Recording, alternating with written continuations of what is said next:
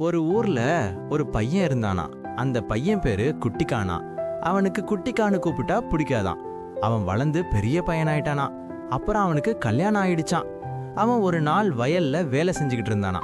அப்போ அவனோட மனைவி வந்து, யோ குட்டிக்கா, யோ குட்டிக்கா, கூழ் குடிக்க வாயானுச்சான். இன்னொரு முறை சொன்ன வெட்டி போட்டுடுவேன்னு சொன்னானா. மறுபடியும் யோ குட்டிக்கா, யோ குட்டிக்கா, கூழ் குடிக்க வாயானுச்சான். இன்னொரு முறை சொன்ன வெட்டி போட்டுடுவேன்னு சொன்னானா. மறுபடியும் யோ குட்டிக்கா, யோ குட்டிக்கா, கூழ் குடிக்க வாயானுச்சான்.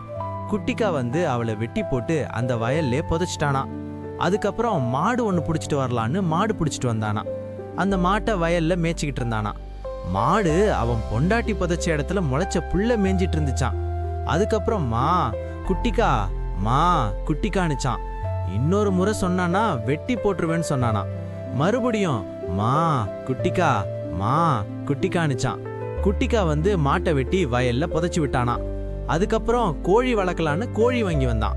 கோழி என்ன பண்ணுச்சு, மாடு புதைச்ச இடத்துல வளர்ந்த புல்ல தின்னுச்சான். அப்புறம் கொக்கரக்கோ குட்டிக்கா, கொக்கரக்கோ குட்டிக்கானுச்சான். இன்னொரு முறை சொன்னேன்னா குழம்பு வச்சு தின்னுடுவேன்னு சொன்னானா. மறுபடியும் கொக்கரக்கோ குட்டிக்கா, கொக்கரக்கோ குட்டிக்கானுச்சான். அப்புறம் கோழி அறுத்து குழம்பு வச்சுட்டானா. குழம்பு கொதிக்கும் போது கொதி கொதி குட்டிக்கா, கொதி கொதி குட்டிக்கானுச்சான். இன்னொரு முறை சொன்ன சட்டு சட்டுன்னு சாப்பிட்டுடுவேன்னு சொன்னானா. மறுபடியும் கொதி கொதி குட்டிக்கா, கொதி கொதி குட்டிக்கா, கொதி கொதி குட்டிக்கானுச்சான். அப்புறம் மொத்த குழம்பே சாப்பிட்டானா. அப்புறம் புருபுரு குட்டிக்கா, புருபுரு குட்டிக்கானுச்சான். இன்னொரு முறை சொன்ன பட்டக்ஸ்ல சூடு வைப்பேன்னு சொன்னானா. மறுபடியும் புருபுரு குட்டிக்கா, புருபுரு குட்டிக்கானுச்சான். அப்புறம் கம்பி காய வச்சு அவன் பட்டக்ஸ்ல அவனே சூடு வச்சுக்கினானா.